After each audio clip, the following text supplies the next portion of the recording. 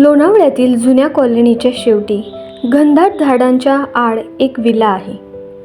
Ayesha villa. दिवसा साधा दिसणारा, पण रात्री ही जागा लोक टाळतात.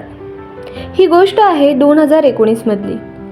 4 मित्र रोहित, तन्वी, अमय आणि श्रद्धा वीकेंडला लोणावळ्यात आले होते.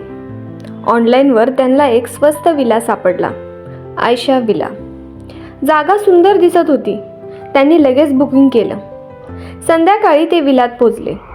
महागडे फर्निचर, मोठ्या खिडक्या आणि हवेत एक विचित्र वास, ओलसर जुन्या कापड्यांसारखा. केअरटेकर त्यांना चावी देताना म्हणाला, रात्री टेरेसवर जाऊ नका आणि एक खोली उघडू नका, वरच्या मजल्यावरील डावीकडची. मित्र हसले. भूतांच्या गोष्टींना ते मानत नव्हते. रात्री 12:30ला सगळे टेरेसवर बसून गप्पा मारत होते.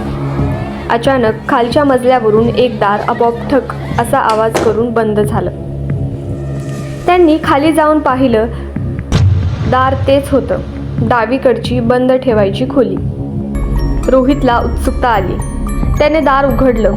आत एक जुना पलंग, मोडकी आरशी आणि भिंतीवर स्त्रीचं एक फिक्कट पडलेलं पेंटिंग. खाली छोटं नाव लिहिलेलं, आयशा.